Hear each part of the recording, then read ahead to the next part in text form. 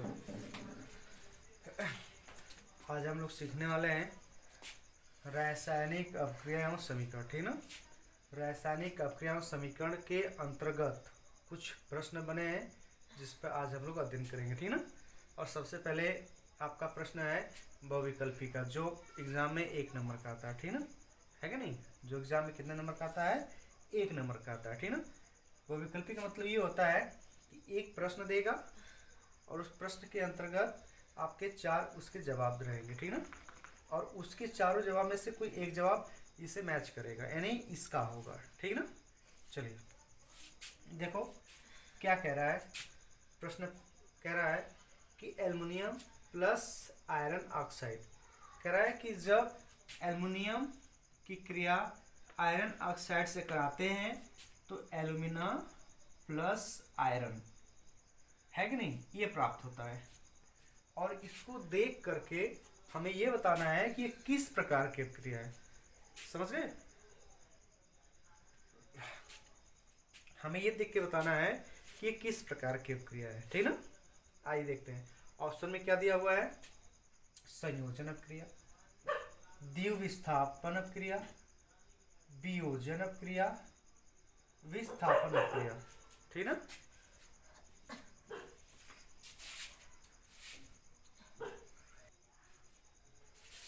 चलिए संयोजन अपक्रिया है, ये द्विविस्थापनीय अपक्रिया है, या वियोजनीय अपक्रिया है, या विस्थापन अपक्रिया है। समझ गए? अब बताना है, सबसे पहले हमें ये देखना होगा कि ये कौन सी अपक्रिया को फॉलो कर रहा है। ठीक ना। उसके लिए हमें इनको जानना पड़ेगा। सबसे पहले ये पता करना है कि संयोजन अपक्रिया किसे कहते हैं। ठीक ना। मैं साइड में लिख देता हूं, संयोजन अपक्रिया किसे कहते हैं। संयोजन अपक्रिया किसे कहते हैं, यानी संयोजन अपक्रिया क्या होता है। देखो यहाँ पर साफ साफ दिया है संयोजन। संयोजन का मतलब होता है जुड़ना। क्या होता है? जुड़ना। कोई अकेला है, किसी से तो जुड़ नहीं सकता, है कि नहीं? जब तक वहां पर क्या होंगे, कम से कम 2 होने चाहिए। कितने होने चाहिए? 2 होने चाहिए। ठीक ना। चलिए संयोजन अपक्रिया, संयोजन का मतलब क्या होता है? जोड़ना। संयोजन मतलब क्या होता है? जोड़ना, है कि नहीं? तो कोई अकेला है, कोई मान लीजिए अकेला कोई पदार्थ है, तो अकेले अपने आप में कैसे क्रिया करेगा। ठीक ना। उसे क्रिया करने के लिए कोई अलग से कोई एक पदार्थ चाहिए, है कि नहीं? तो इसका मतलब ये हो गया कि जुड़ना। 2 पदार्थ हो चाहे 3 पदार्थ हो, है कि नहीं, ये आपस मिलकर किसी एक पदार्थ का निर्माण करेंगे। किसका निर्माण करेंगे? किसी एक पदार्थ का निर्माण करेंगे। ठीक ना, है कि नहीं? जब 2 या 2 से अधिक पदार्थ आपस में मिलकर किसी एकल पदार्थ का निर्माण करते हैं तो उसे हम लोग संयोजन अपक्रिया कहते हैं। क्या कहेंगे? संयोजन अपक्रिया कहेंगे। ठीक ना, है कि नहीं? तो अब ये देखो, इसका डेफिनेशन पता चल गया कि जब 2 या 2 से अधिक पदार्थ आपस में मिलकर केवल एकल पदार्थ का निर्माण करेंगे, केवल एक पदार्थ का निर्माण करेंगे, तो इधर देखिए, इसे हम लोग अभिकारक कहते हैं या क्रियाकारक कहेंगे, इसे हम लोग उत्पाद कहेंगे। तो हम अभिकारक में देखते हैं, किस में देखते हैं? अभिकारक में। अभिकारक में हम देखते हैं कि जब 2 या 2 से अधिक पदार्थ है तो ये आपस में जुड़ेगा, जुड़ करके केवल एकल पदार्थ का निर्माण करेगा। लेकिन यहाँ पर 2 पदार्थ हैं। कितने पदार्थ हैं? 2 पदार्थ हैं, इसलिए हमारा यह संयोजन अपक्रिया इस पर लागू नहीं होता है। समझ गए? तब संयोजन अपक्रिया हमारा लागू नहीं होगा। संयोजन अपक्रिया काम खत्म हो गया। ठीक ना। अब लिखेंगे द्विविस्थापनीय अपक्रिया। द्विविस्थापनीय या द्विविस्थापन अपक्रिया। द्विविस्थापन अपक्रिया का मतलब क्या होता है?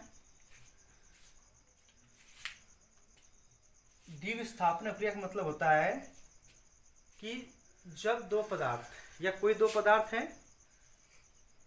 उनमें 2 पदार्थों के आयनों से आयनों का आदान प्रदान होता है। मतलब एक दूसरे के आयन के आदान प्रदान से जिस यौगिक का निर्माण होता है उसे हम लोग द्विविस्थापनीय अभिक्रिया कहेंगे, ठीक ना, है कि नहीं। अब इसको जैसे अब यहाँ पर देख रहे हैं तो ये हमारा तत्व हो गया, है कि नहीं, ये कोई यौगिक है नहीं, जबकि यौगिकों के आयनों के आदान प्रदान से जिन यौगिकों का निर्माण होता है उसे हम लोग क्या कहते हैं, द्विविस्थापनीय अभिक्रिया कहते हैं। क्या कहते हैं उसे हम लोग, द्विविस्थापनीय अभिक्रिया कहते हैं, ठीक ना, है कि नहीं। या हम लोग द्विविस्थापनी को उभय अपघटन अभिक्रिया कहते हैं। तो यहाँ पर उभय या मान लीजिए या उभय अपघटन अभिक्रिया कहते हैं। किसको, द्विविस्थापनीय अभिक्रिया, किसको, द्विविस्थापनीय अभिक्रिया को उभय अपघटन अभिक्रिया भी कहते हैं। समझ गए ना। तो आइए देखते हैं, यहाँ पर देखिए ये यौगिक नहीं है, ये तो ऐसे ही खत्म हो गया, क्योंकि दो यौगिकों के आयनों के आदान प्रदान से, समझ गए, दो यौगिकों के आयनों के आदान प्रदान से नए यौगिक का निर्माण होता है। किसका निर्माण होता है, नए यौगिक का निर्माण होता है, तो उससे हम लोग द्विविस्थापनीय अभिक्रिया कहते हैं। जबकि यहाँ पर एक यौगिक है, ये यौगिक नहीं है, इसलिए हमारा द्विविस्थापनीय अभिक्रिया भी नहीं होगा, द्विविस्थापनीय अभिक्रिया भी नहीं होगा, ठीक ना। और द्विविस्थापनीय अभिक्रिया को हम लोग क्या कहते हैं, उभय अपघटन अभिक्रिया कहते हैं। क्या कहते हैं, उभय अपघटन अभिक्रिया भी कहते हैं। चलिए, दो खत्म हो गया, न तो आपका संयोजन अभिक्रिया होगा, न तो द्विविस्थापनीय अभिक्रिया होगा। समझ गए। अब बचा दो, इसमें एक बचा वियोजन अभिक्रिया और एक बचा विस्थापनीय अभिक्रिया। समझ गए।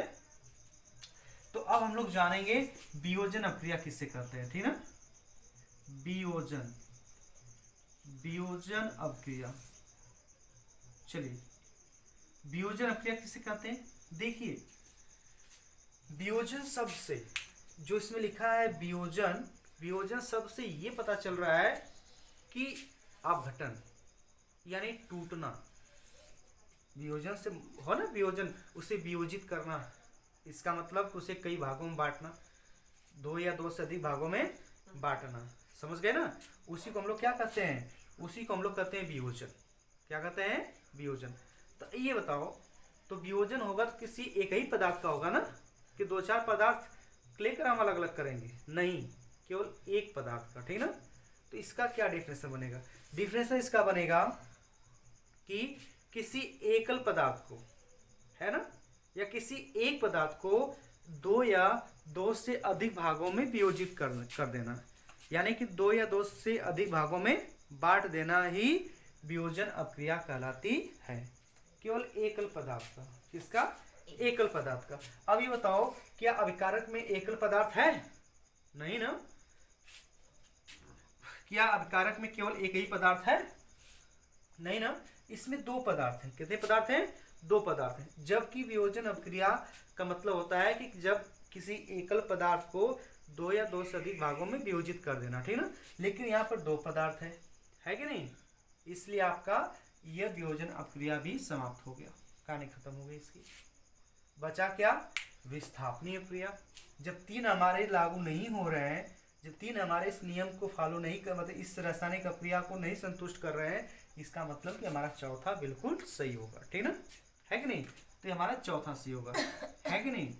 अब बात यह फंसती है कि विस्थापनीय अभिक्रिया किससे कहेंगे, है कि नहीं।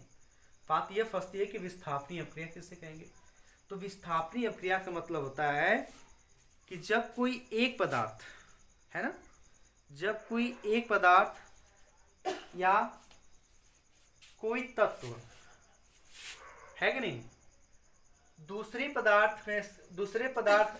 पदार्थ में, या आप ऐसे भी कर सकते हो, या इसके कहने का तरीका सिंपल सा यह है कि किसी रासायनिक अभिक्रिया में, या आप ऐसे कर सकते हो, किसी रासायनिक अभिक्रिया में सक्रिय तत्व, किसी रासायनिक अभिक्रिया में एक सक्रिय तत्व किसी यौगिक में अपने से कम सक्रिय तत्व को विस्थापित करके उसका स्थान ग्रहण कर लेता है कि नहीं। इस प्रकार की अभिक्रिया को विस्थापनीय अपक्रिया कहते हैं, ठीक ना। जैसे यहाँ पर देखो aluminium plus iron oxide, aluminium क्या किया कि आयरन को विस्थापित कर दिया। देखो यहाँ पर आयरन निकल गया। एल्युमिनियम ने क्या किया कि यहाँ से आयरन को हटा दिया, आयरन को यहाँ बाहर निकाल दिया और स्वयं उसके स्थान पर हो गया, है कि नहीं। इसका मतलब ये हुआ कि जो एल्युमिनियम है यह अधिक सक्रिय है, किससे, आयरन से, समझ गए। और इसको विस्थापित कर दिया, उसका स्थान स्वयं ग्रहण कर लिया। इस प्रकार की अपक्रिया को विस्थापनीय अपक्रिया कहते हैं। इसका मतलब कि आपका ये बिल्कुल सही है, ठीक है ना।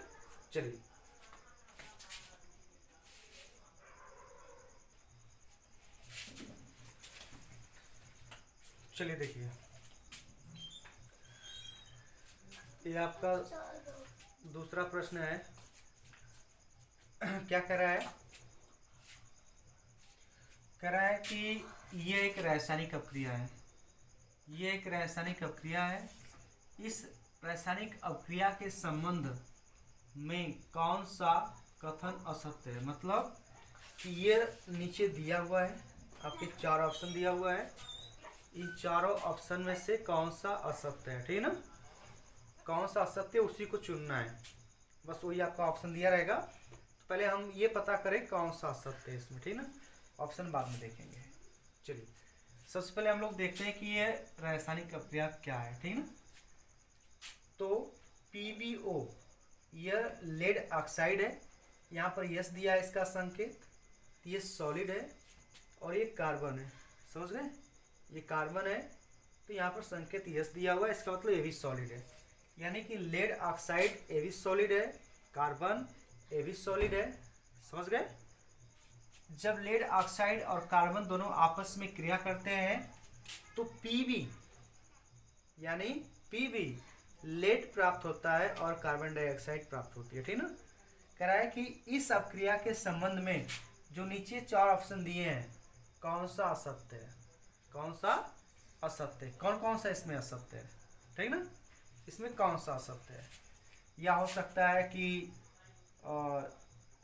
आपका कोई 2 असत्य हो सकता है 1 असत्य हो सकता है 3 असत्य हो सकता है 4 असत्य हो, ठीक ना।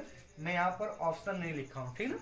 तो एग्जाम में ऑप्शन लिख के आ जाएंगे कि इसमें से पहला दूसरा असत्य है, या पहला तीसरा असत्य है, या दूसरा तीसरा असत्य है, ऐसे करके आ जाएंगे ना। सबसे पहले हम लोग ये पता करेंगे कि इसमें से कौन सा असत्य है, ठीक ना। चलिए देखते हैं। पहला ऑप्शन कह रहा है, ठीक ना, पहला ऑप्शन क्या कह रहा है, कह रहा है सीसा अपचयित हो रहा है।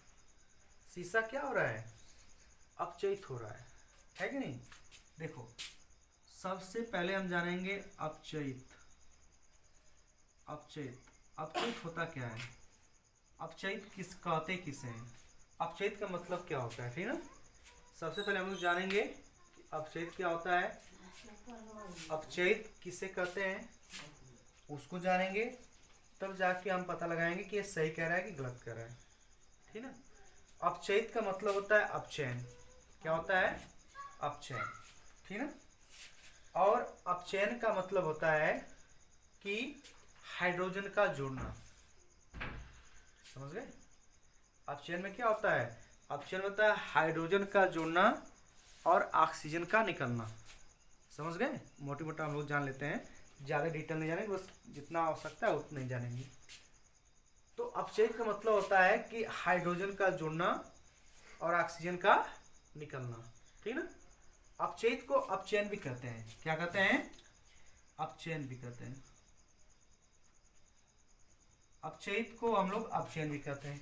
तो चलिए कह रहा है कि सीसा अपचयित हो रहा है, केवल शीशे का अपचयन हो रहा है, समझ गए। तो सबसे पहले सबसे बड़ी चीज ये है कि केवल शीशा का अपचयन बोला है इसमें, है कि नहीं। तो केवल शीशा, इधर तो कोई शीशा है ही नहीं, केवल लेड तो है ही नहीं, लेड ऑक्साइड है कि नहीं, वो अलग हो गया, वो शीशा नहीं कहलाएगा। केवल पीबी केवल इस शीशा कहलाएगा, ठीक ना। तो ये ऐसे ही गलत हो गया हमारा। ये सही नहीं है, ठीक है ना, ये ऐसे ही गलत हो गया। चलिए फिर इसके बाद क्या कह रहा है दूसरा, कार्बन डाइऑक्साइड उपचयित हो रहा है। उपचयित का मतलब होता है कि ऑक्सीकरण। उपचयित का मतलब क्या होता है, ऑक्सीकरण होता है। उपचयित, उपचयित या ऑक्सीकरण, उपचयित या ऑक्सीकरण। ऑक्सीकरण का मतलब क्या होता है, ऑक्सीकरण का मतलब होता है ऑक्सीजन का जुड़ना और हाइड्रोजन का निकलना, ठीक है ना। हालांकि ऑक्सीकरण और अपचयन में एक थोड़ी सी लंबी प्रक्रिया होती है, तो उसे डिटेल यहाँ मैं समझा नहीं सकता, बस नॉर्मली मैं समझा सकता हूँ जितना काम है, ठीक ना। उपचयित या ऑक्सीकरण का मतलब होता है ऑक्सीजन का जुड़ना और हाइड्रोजन का निकलना।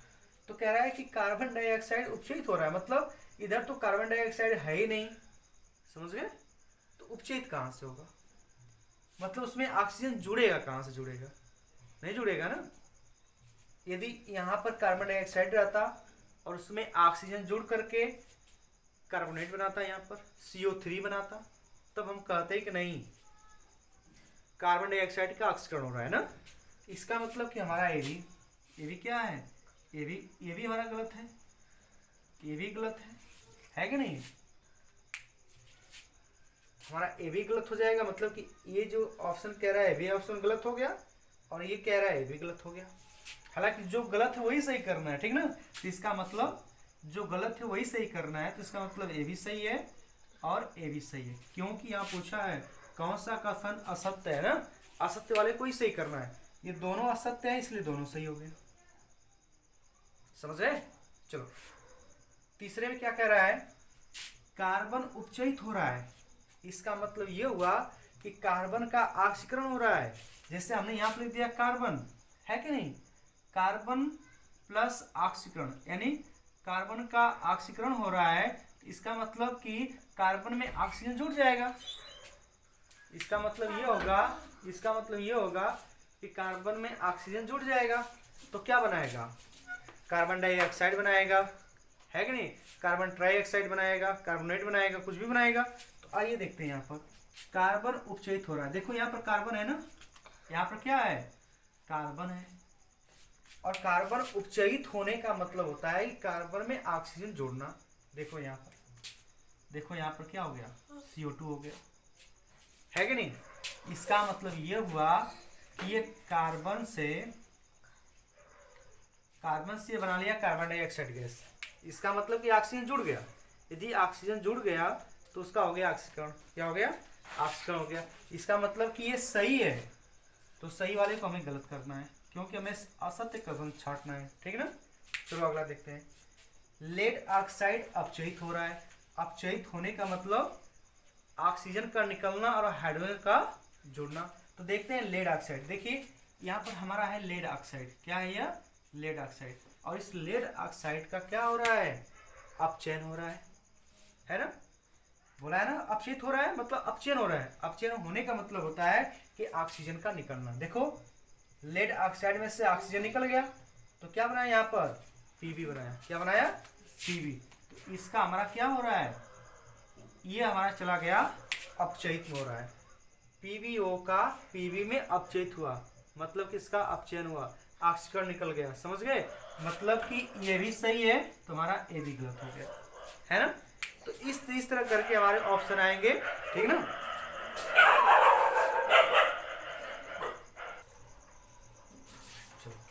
देखो तो इस तरह करके हमारे बहुविकल्पी के प्रश्न आते हैं रसायन विज्ञान में, ठीक है ना।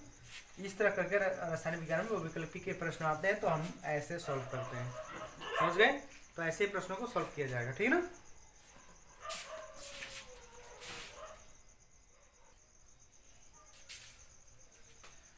चलिए अति लघु उत्तरीय प्रश्न, ये 2 नंबर का आएगा।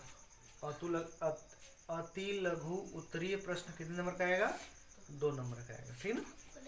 ये 2 नंबर का आएगा, तो इसमें लिखना होता है, ठीक ना। तो आइए हम लोग एक प्रश्न देखते हैं, तेल एवं वसा युक्त खाद्य पदार्थों को नाइट्रोजन से प्रभावित क्यों किया जाता है, ठीक। तेल एवं वसा युक्त खाद्य पदार्थों को नाइट्रोजन से प्रभावित क्यों किया जाता है, ठीक है ना। नाइट्रोजन से प्रभावित क्यों किया जाता है, समझ गए। देखिए, नाइट्रोजन से प्रभावित करने का कारण ये होता है कि कोई तेली पदार्थ हो गया जिसमें तेल की मात्रा मिली हुई है, या कोई वसा युक्त पदार्थ है, खाद्य पदार्थ है कि नहीं। यदि हम उसे ऐसे ही रख देंगे, नाइट्रोजन से प्रभावित नहीं करेंगे, तो ऑक्सीजन से क्रिया कर लेगा, है कि नहीं। और जैसे ही वो ऑक्सीजन से क्रिया करेगा तो कुछ ही क्षण यानी कुछ समय में 1 घंटे 2 घंटे 4 घंटे 5 घंटे 1 दिन में वो क्या करेगा कि वो रासायनिक अपक्रिया करके एक दूसरे पदार्थ में चेंज कर देगा, ठीक ना, है कि नहीं। उसे वो अम्लीय बना देगा। क्या बनाएगा, अम्लीय पदार्थ बना देगा, ठीक ना, जो एक हानिकारक पदार्थ हो जाएगा और हम उसे खा नहीं सकते, है कि नहीं। तो उस चीज से बचने के लिए जो तेल या वसा युक्त हमारे जो खाद्य पदार्थ हैं उसे हम लंबे समय तक उसे हम बचा के रखें, उसके लिए हमें क्या करना होता है कि तेल एवं वसा युक्त खाद्य पदार्थों को नाइट्रोजन से प्रभावित कराते हैं, है कि नहीं। उसमें हम लोग नाइट्रोजन से उसको प्रभावित कराते हैं। नाइट्रोजन से प्रभावित कराने का तात्पर्य यह हुआ कि नाइट्रोजन की मात्रा उसमें हम हल्की फुल्की देते हैं, ठीक ना, बहुत हल्की, है कि नहीं, जिसकी वजह से ऑक्सीजन जो है इनसे क्रिया ना कर सके, समझ गए। यदि ऑक्सीजन इनसे क्रिया नहीं करेगा तो किसी अन्य पदार्थ का निर्माण नहीं करेगा, जिससे वो कुछ और कोई नया पदार्थ नहीं बनेगा। जब नया पदार्थ बनेगा नहीं, ये वही पदार्थ रह जाएगा, तो हम इसे लंबे समय तक बचा कर रख सकते हैं, जिससे हमें खाने के बाद नुकसान नहीं पहुंचाएगा, ठीक है ना, है कि नहीं। यदि मान लीजिए इसे लिखना होगा तो हम कैसे लिखेंगे, तो चलिए हम लोग ध्यान देते हैं कि लिखने का तरीका क्या होता है। तेल एवं वसा युक्त खाद्य पदार्थों को नाइट्रोजन से प्रभावित किया जाता है। तेल एवं वसा युक्त खाद्य पदार्थों को नाइट्रोजन से प्रभावित किया जाता है क्योंकि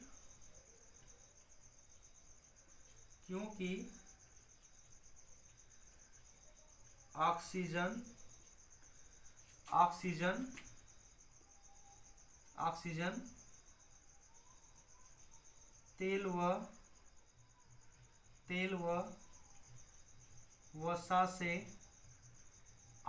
तेल व वसा से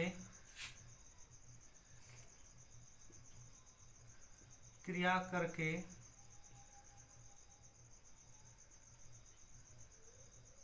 या आप ऐसे कर सकते हैं, तेल व वसा से क्रिया करके, या तेल व वसा को ऐसे भी आप कर सकते हो, तेल व वसा को ऑक्सीकृत न करे, ऐसे भी कर सकते हो, इतना भी आपका सही है, ठीक है ना। तेल एवं वसा युक्त खाद्य पदार्थों को नाइट्रोजन से प्रभावित किया जाता है क्योंकि ऑक्सीजन तेल व वसा को ऑक्सीकृत न करे। यदि ये ऑक्सीकृत कर देगी तो ये क्या हो जाएगा, आपका ये पदार्थ खाने योग्य नहीं रहेगा, ये आपका पदार्थ क्या हो जाएगा, खराब हो जाएगा, ठीक है ना।